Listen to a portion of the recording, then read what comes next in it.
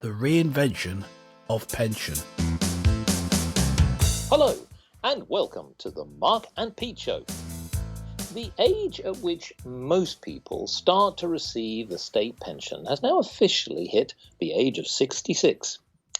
And this is due to the steady rise in the qualifying age in recent years.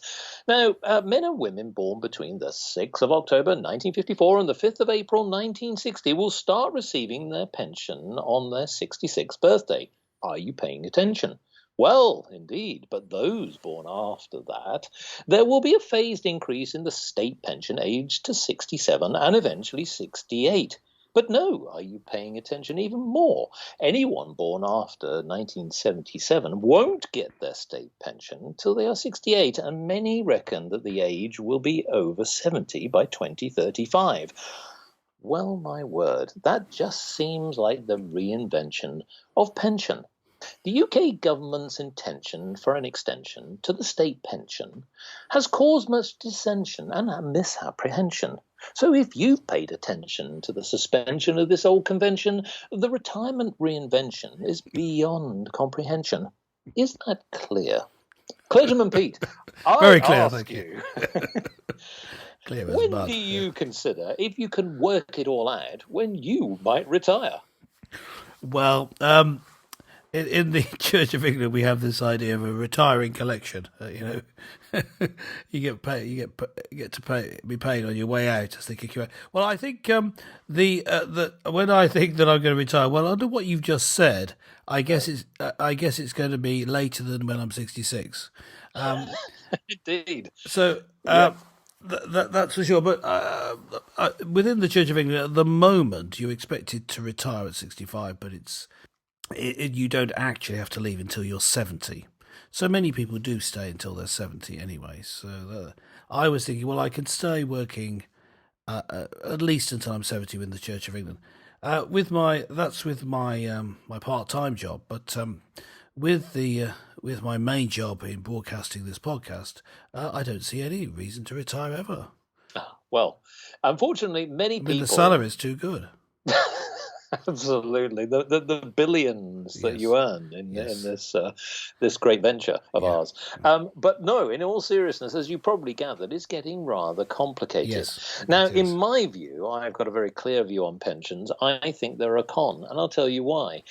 Many people start their careers, and many of our listeners of varying ages will probably think, yes, I was told to invest in a pension. Yes. Now, originally, depending on how old you are, dear listener, if you are perhaps over the age of 50, you were probably told, yes, the state pension will look after you. And then suddenly you were told by the government, no, you need a private pension. Well, okay, that confused the world, and so you decided to do both. Now, many of our younger listeners will probably think, yeah, well, I've been doing that for some time, and I wanted to retire at 65. Well, yes, but the thing is, what we've seen over the decades is scandal, misuse of funds, and of course we've seen strange things happen in the economy, and of course now we're suffering from pandemics. So what that means, folks, is that those predictions and of course promises, folks, are no longer going to come true. Because what's actually happening is, yes, not only is your private pension suffering because there isn't enough money there, but also the government's coffers can't pay for you either. So this is why it's happening. So this is the point. It's getting comprehensive and complex. So what we're seeing here is that now you have to think about very carefully, where do you put your money to save for your life in older times. And I think that the point here is you do need to pay attention, hence the reason for the opening introduction, that it was indicating, amusingly, admittedly, but the serious side is that we're not saving enough for our pensions, and that's essentially what's happening. So what do we do? Well, here's a recommendation. My belief is that you do need to continue, obviously, by law, to pay for the state pension, certainly in the United Kingdom. But you do have to, by law, have to have a private pension. So many people will know who have a job, the actual company you work for has to provide a pension scheme for you. Many people will know, because you have to move from job to job, and many people do now, that you end up with multiple pensions. And so the actual pots that you have are rather diminished. Be careful about amalgamating them, because that can often incur massive admin fees.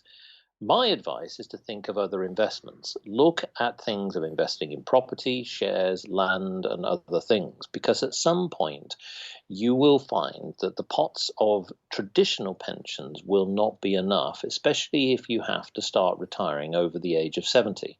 And that's where I think it's going to go. So, Clergyman Pete, that's my view on the matter. Yes. But I did want to bring this subject to everyone's attention, because the government seems to have slipped it through by stealth. Yeah. And in these times where everybody's focused on COVID-19, I just think it would have been good just to make people think twice about their future. Yes, this is of course bad if you haven't planned for things. If you're expecting to get a pension and then it gets delayed and delayed, Diminished. And diminished as well. Yes, this is bad for you if you're relying on the state pension. And as you were saying earlier, the whole concept of the pension was really a lie, and that you believed when you were starting off in your career that you're paying into something and you're then going to take money out of the pot when you finish. But that isn't true. Pensions are taken from current taxes, so it depends on how the country is doing at the moment. And I would predict, I'm going to go out on a limb here and say that the country is not going to be doing that well economically over the next few years. Mainly because there's been a pandemic. It's in the papers and everything. You may have heard. Oh, about really? it. Right. So this has really put a kibosh on saying we're going to have lots of tax revenue to pay for these things, and so alternative ways of allowing for your old age would be preferred if you can. But not everyone's in the position to do that, I wouldn't say. But I do say that the Bible, if we look at the biblical view of this, does say that we must care for people when they're older, when they can no longer work. Particularly looking at widows, because in the society at the time that the Bible was written, they were particularly vulnerable if their husband had died, and they were without a source of income often, and they were, particularly if they were older. In 1 Timothy chapter 5 in the Bible, it talks about when a widow over 60 must be on the list of widows who is going to have food provided for them. So this theme runs throughout the Bible. You must take care of the widows, those who no longer have an income. The widows and the poor must be careful. And as a society, we need to learn how to do it better. Perhaps going back to charities, but more help within families, I think, could be crucial in helping people through what are going to be worrying times, as the reality of a lower pension or a put-off pension or of no pension at all hits. So I think that does need to be put in place. But as to the government's policy of pushing it later, I'm afraid we just have to be realistic. It seems to me, Mark, you're the business expert here, but it seems to me that we're not going to, over the next few years, have been able to create enough wealth to provide for pensions at the level that they're being paid currently. Well, I'm afraid this is the harsh reality. So, listeners, this is a little shorty from Mark and Pete, and we're a little bit shorty on the pot that we have to pay for our pensioners. Yes, in fact, listeners, we wanted to hear from you on this. Now, as we know recently, that campaigners claim that women who were born in the 1950s, for example, were treated unfairly by rapid changes in the way that they were told that they were going to get their pension. In fact, they even got to the point where they recently lost a legal challenge that's been widely disputed.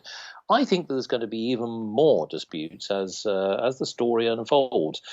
Is it lawful? Is it unlawful? Well, why not log on to Mark and Pete and let us know your thoughts? Well, thank you for listening. And certainly I know as we've got older during this particular podcast, Clergyman Pete is starting to bring out his little pension book. So, yes, thank you for joining us. And join us again next time for more topical topics with Clergyman Pete and Businessman Mark.